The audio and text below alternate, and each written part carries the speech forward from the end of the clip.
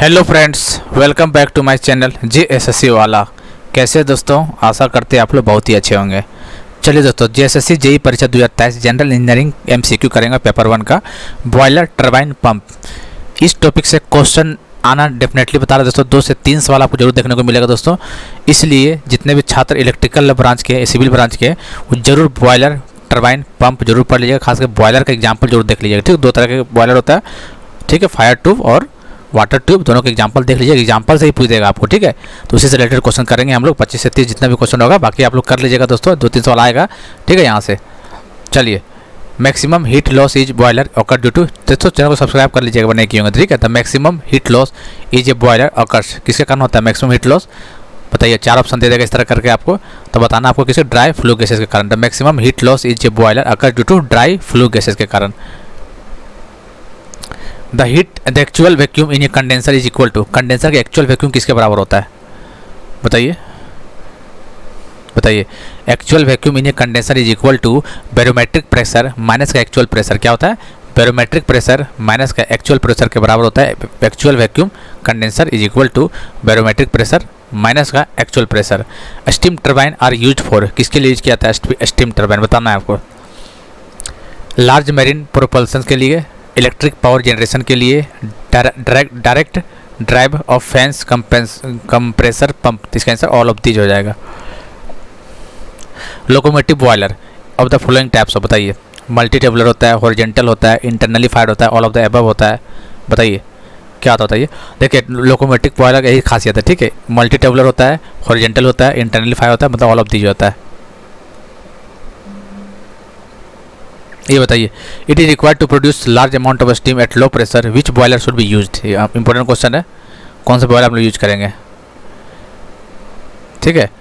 तो देखिए, it is required to produce large amount of steam at low pressure, मतलब low pressure में हम large amount of steam produce कर सकते हैं। कौन सा बॉयलर के थ्रू? लैंकेशियर बॉयलर। तो एक बार देख लीजिएगा दोस्तों सारा बॉयलर को एक बार, ठीक है।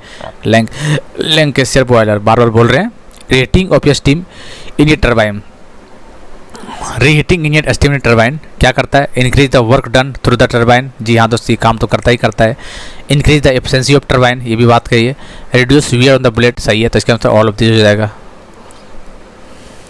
The ratio of heat actually used in the production, the ratio of heat actually used in producing the steam to the heat liberated in the furnace is known as, क्या बोलते हैं इसको? इसको बोलते हैं बॉयलर एफिशिएंसी बोलते हैं। यही इसका बॉयलर एफिशिएंसी का डेफिनेशन है। ये स्टीम नोजल, ये steam nozzle convert, steam nozzle किस में कन्वर्ट करता है? बताइए। स्टीम नोजल जो कन्वर्ट करता है हीट एनर्जी को, किस में करता है बताना? हीट एनर्जी को पोटेंशियल नहीं, काइनेटिक एनर्जी में, ठीक है। हीट एनर्जी को काइनेटिक एनर्जी में कन्वर्ट कर देता है steam nozzle. The number of water level indicator in a boiler are generally dash in number. The number of water level indicator in a boiler are generally कितना होता है? 2 इन number होता है, 2 number, ठीक है। The factor of evaporation for all boiler is always, factor of evaporation question पूछेगा, सभी boiler के लिए क्या होता है? ऑलवेज, हमेशा याद रखिएगा। इक्वल टू यूनिटी नहीं होता है, लेस देन यूनिटी नहीं होता है, ग्रेटर देन 1 होता है, याद रखना, ठीक है। ग्रेटर देन 1 हमेशा होता है, ध्यान दीजिए। Factor of evaporation for all boiler is always greater than unity, इसका आंसर सी हो जाएगा। In reaction turbine when the degree of reaction is 0, reaction turbine और इम्पल्स टरबाइन देख लीजिएगा, ठीक है। जब डिग्री ऑफ रिएक्शन 0 हो जाता है तो क्या होता है बताइए? तो क्या हो जाता है? तो no heat drop in moving. जब डिग्री ऑफ रिएक्शन DOR यदि 0 हो जाता है दोस्तों, तो क्या होता है? No heat drop in moving blade, इसका आंसर पहला हो जाएगा। The capacity of induced draft fans compare to forced draft fans in boiler, क्या होता है बताइए? The capacity of induced draft fans compare to the forced draft fan, क्या पता? कैपेसिटी तो ज़्यादा होता है, ठीक है, याद रखिएगा। इंड्यूस्ड ड्राफ्ट फैन का ज़्यादा होता है, किसके कंपेयर में? फोर्स्ड ड्राफ्ट ट्यूब के कंपेयर में ज़्यादा ही होता है, ठीक है। कि कम होता है? ज़्यादा होता है, ठीक है। The expansion of steam in A nozzle follow, क्या फॉलो करता है? अच्छा, ये क्वेश्चन इंपॉर्टेंट है। देखिए, कार्नोट साइकिल आपको पढ़ना ही है, रैंकिन साइकिल पढ़ना है, जूल साइकिल पढ़ना है, स्टेर्लिंग साइकिल ऊपर से पढ़ लीजिए, ज़्यादा पढ़ने नहीं बोल रहे। Otto cycle, diesel cycle, dual cycle, Rankine cycle, Carnot cycle, ये सब पढ़ लीजिएगा दोस्तों। साइकिल से क्वेश्चन बनेगा ही बनेगा आपको। बताइए इसका आंसर क्या होगा? इसका आंसर रैंकाइन हो जाएगा, ठीक है। Which of the following compound steam engine require smallest flywheel. तो स्मॉलेस्ट फ्लाईव्हील किसमें यूज होता है दोस्तों? रिसीवर टैप में। किसमें होता है? रिसीवर टैप में स्मॉलर फ्लाईव्हील यूज किया जाता है रिसीवर टैप में। The feed check valve is use in order to, feed check valve is use in order to, feed check valve का फंक्शन बताइए क्या करता है ये, बताइए क्या करता है ये। फीड चेक वाल्व करता है allow high pressure feed water to flow to drum and not allow reverse flow. देख सकते हैं, not allow reverse flow to the place, मतलब reverse feed check valve unidirectional होता है, एक ही डायरेक्शन, ठीक है, दोनों डायरेक्शन में फ्लो नहीं करता है। इसका आंसर डी हो जाएगा, यूनिडायरेक्शनल होता है। An economiser is dash the steam raising capacity of a boiler. An economiser dash the steam raising capacity of boiler increases. An economiser increases the steam raising capacity of a boiler a. The aim of a compound steam engine to reduce the ratio of expansion in each cylinder, to reduce the length of a stroke, to reduce the temperature range in each cylinder। इसका answer all of this हो जाएगा। Parsons reaction turbine is a dash reaction turbine. Parsons reaction turbine is a 50% reaction turbine होता है, ठीक है। कितना होता है? 50% रिएक्शन टर्बाइन होता है। लैंकेशियर बॉयलर, लैंकेशियर बॉयलर का बारे बताइए, ये क्या होता है दोस्तों? फायर ट्यूब बॉयलर होता है, इसलिए बोलते हैं एग्जांपल देख लीजिए, इस टाइप को क्वेश्चन पूछ देगा। देख सकते हैं, तो फायर ट्यूब बॉयलर पता ही है, तो फायर ट्यूब बॉयलर स्टेशनरी है। The relative efficiency is defined. Relative efficiency क्या होता है? डिफिनेशन बताइए क्या होता है।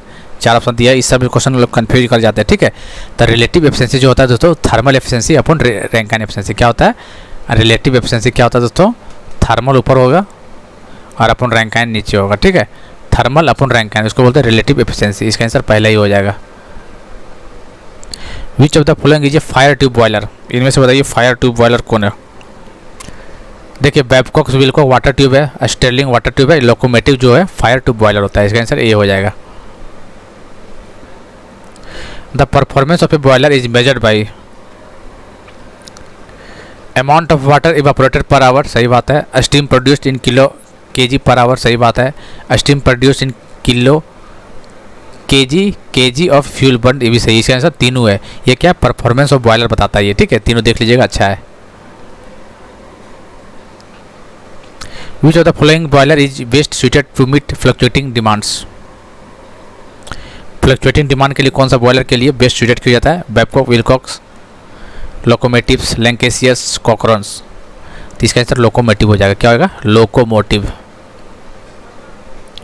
The ratio of the work done on the blades per kg of steam to the total energy supplied per stage per kg of steam is called। उसको क्या बोलते हैं बताइए? ब्लेड एफिशिएंसी बोलते हैं। नोजल स्टेज क्या बोलते हैं?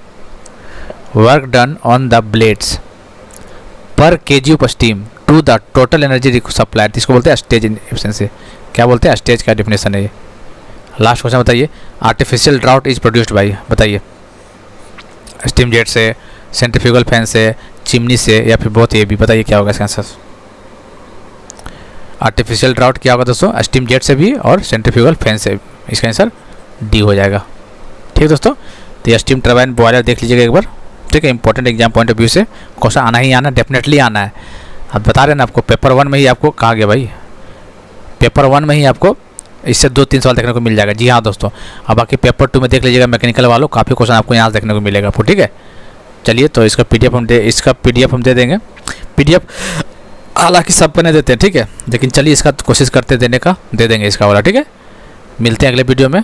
और टेलीग्राम चैनल जेएसएससी वाला, इसका लिंक हम डिस्क्रिप्शन में डाल देंगे, मिल जाएगा वहाँ पे, ठीक है। चलिए।